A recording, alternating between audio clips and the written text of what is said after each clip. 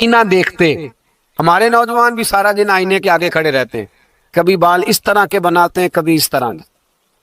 تو میرا کئی دفعہ دل کرتا ہے کہ میں ان سے کہوں کہ تو آئینے کو کہہ رہا ہے جھوٹ بول، پر وہ کیسے بولے؟ تو کہہ رہا ہے آئینے کو کہ تو کیا سب سے پیارا تو ہی لگ رہا ہے، پر وہ کیسے بولے؟ اس نے تو سچ بتانا ہے. ان کو آئینہ جو دکھایا تو برا مان گئے. تو میرے عزیز یاد رکھیے گا، نبی پاک صلی اللہ علیہ وسلم بھی آئینہ دیکھتے. آئینہ دیکھنا حضور کی سنت ہے. کوئی سنت سمجھ کے آئینہ دیکھے گا تو ایک دفعہ دیکھنے پر 100 شہیدوں کا ثواب ملے گا.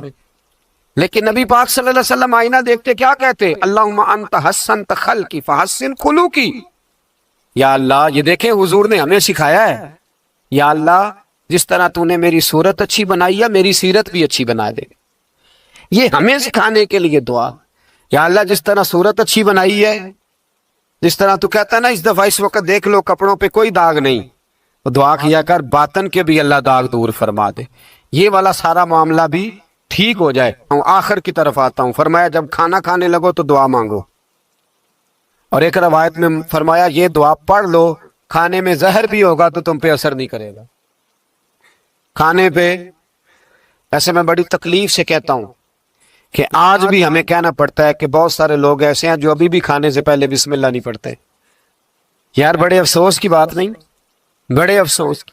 حضور نے دعا سکھائی، میں یہ دعا پڑھو گے تو زہر بھی ہوگا تو اثر نہیں کرے گا. بسم اللہ الذی لا یضر مع اسمہ شیء فی الارض ولا فی السماء یا حی یا قیوم، جس کی برکت سے زمین و آسمان میں کوئی چیز بھی نقصان نہیں دیتی. اور اے اللہ ہے ہمیشہ زندہ رہنے والے اور قائم رہنے والے.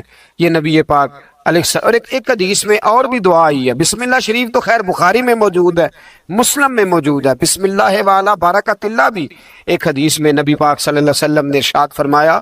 اور جب کھانا کھا چکے پھر کہا دعا مانگو، الحمدللہ الذی اطعمنا وسقانا وجعلنا من المسلمین. اللہ تعالیٰ کا شکر ہے جس نے ہمیں کھلایا بھی، پلایا بھی اور مسلمان بھی بنایا. مرزا مظہر جانا فرماتے ہیں کہ بارش ہوئی تھی تازی دلی میں تازی بارش ہوئی.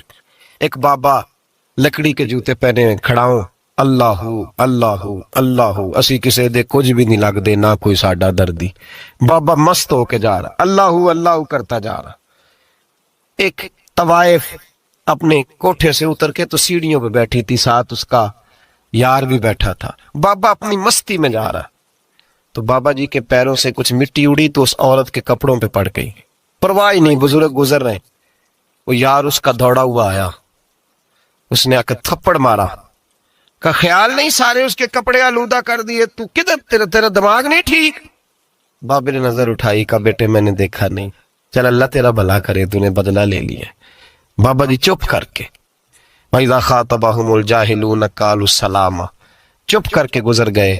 ٹھنڈ کا موسم تھا، بارش تازہ ہوئی تھی، حلوائی دودھ کاڑ رہا تھا. اس نے بٹھایا بابا جی کو پھٹے پہ، پیالہ پکڑا، دوڑ کے آگے بڑھا. بزرگ آ گئے، آئیے بیٹھیے. دودھ کا گرم پیالہ شکر ڈال کے دیا. بابا جی نے دودھ پیا، پھر نظر جھکی، پھر رنگ بدلا. کہنے لگے مالک تو کتنا بے نیاز ہے، کہیں تھپڑ مرواتا ہے کہیں دودھ پلاتا ہے. تیری بے نیازی ہے نا، ادھر تھپڑ مروایا یہاں دودھ پلایا، تو ہی جانتا ہے تیرے رنگ کیا ہے. ابھی بابا وہیں بیٹھا تھا، توڑے آئے پیچھے سے لوگ، شور ہوا. بابے کو دبوچ کے وہاں لے گئے جہاں اس نوجوان نے تھپڑ مارا تھا. کہا تو اللہ کا بندہ ہے، اللہ کے بندے بد دعا تو نہیں دیتے. ہوا کیا؟ کہا تو نے بد دعا دی ہے. کہا نہیں دی، بات بتاؤ. کہنے لگے اس نے تجھے تھپڑ مارا ہے، چھت پہ چڑھا ہے، پیر پھسلا ہے، گردن کے بل گرا ہے، من کا ٹوٹ گیا، مر گیا ہے، تو نے بد دعا دی ہے. بابا جی کہنے لگے یار میں نے تو دوسرا لفظ بھی نہیں کہا، بھلا ہو کہہ کے گزرا ہوں، میں نے نہیں بد دعا دی. کہا تو نے دی ہے تبھی تو مر گیا. کہا نہیں دی. کہا بابا تو بزرگ آدمی ہے، سچ بول. تو بابا جی کہنے لگے سچ سنو. پھر میں آ رہا تھا، میرے پیروں سے مٹی اڑی، اس کے یار کے کپڑوں پہ پڑی، اسے برا لگا، اس نے مجھے مارا. جب اس نے مجھے مارا تو میں کوئی لاوارث تو نہیں تھا، مجھے دشمن نہ چھیڑو، میرا ہے کوئی جہاں میں ابھی پکار لوں گا، نہیں دور ہے مدینہ. اس نے مجھے مارا تو میں کوئی لاوارث تھا کہ میرا بدلہ کوئی نہ لیتا. اس نے مجھے مارا ہے تو میرے یار کو برا لگا ہے تو اس نے اسے مار دیا ہے، میری تو غلطی کوئی نہیں، یاروں کا جھگڑا ہے.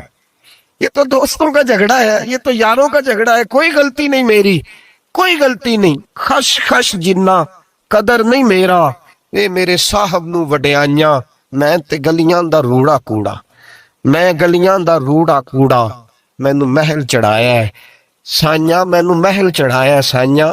فرمایا اس نے مجھے لوارث سمجھا تھا کہ تھپڑ مار کے گزر جائے، میرا کو پوچھے گا ہی نہیں۔ میرے رسول پاک علیہ السلام کے بارے میں رب فرماتا ہے ابھی میں تو تیرے ہو تو وہ کافر کو سزا نہیں دیتا کہ تو موجود ہے۔ یاد رکھیں حضرت فضیل بن ایاز فرماتے ہیں ایک جوان تھا، مسجد میں آیا، لوگوں سے کہنے لگا روٹی کھلاؤ، کسی نے توجہ نہ کی، اس نے کہا میں رب رب بتانے والا ہوں، میری طرف دیکھو تو صحیح، کسی شخص نے خیال ہی نہ کیا۔ پھر اس نے کہا یار تھوڑا سوچو، نمازیوں سے کہا، اہل علاقہ سے کہا، انہوں نے کہا تیری طرح کے بڑے درویش دیکھیں۔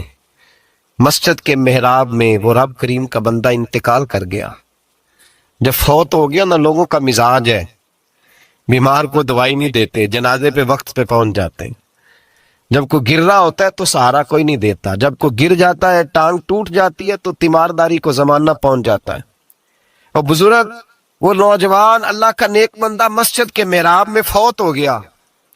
حضرت فضیل ابن ایاز کہتے ہیں امام صاحب نے اعلان کیا چندہ دو، کوئی لوارث فوت ہو گیا ہے، کفن دینا ہے۔ چندہ کٹھا ہوا، کفن خریدا، جنازہ پڑا، عشاء کے بعد دفن کر کے آئے۔ فجر کی نماز کے لیے جب امام اور مؤذن مسجد میں آئے تو چیخیں مارنے لگے، تڑپنے لگے، دور دور تک آوازیں پھیل گئی، دنیا دوڑی آئی، کیا ہوا؟ کہنے لگے وہ جو تم نے کفن پہنایا تھا وہ یہاں پڑا ہوا ہے، اور دیکھو کفن پہ تحریر لکھی ہے۔ تحریر کیا ہے؟ عرش کے مالک نے فرمایا میرے دوست نے روٹی مانگی تم نے دی نہیں، اس نے تمہیں میرے قریب کرنے کے لیے اپنی طرف توجہ کرائی، تم نے کی نہیں، اور میرا یار تمہارے کفن کا محتاج تھا، سنبھال کے رکھو اپنا کفن، میں نے اسے جنت کا لباس عطا فرما دیا، سنبھال کے رکھو، یہ کوئی لاوارثوں کا ٹولہ ہے۔ یاد رکھیں جو وارث والے ہیں، وارث والے ان کا رنگ اور ہے، جو ماننے والے ہیں ان کا مزاج اور ہے، اپنی زندگی لاوارثوں کی طرح نہیں۔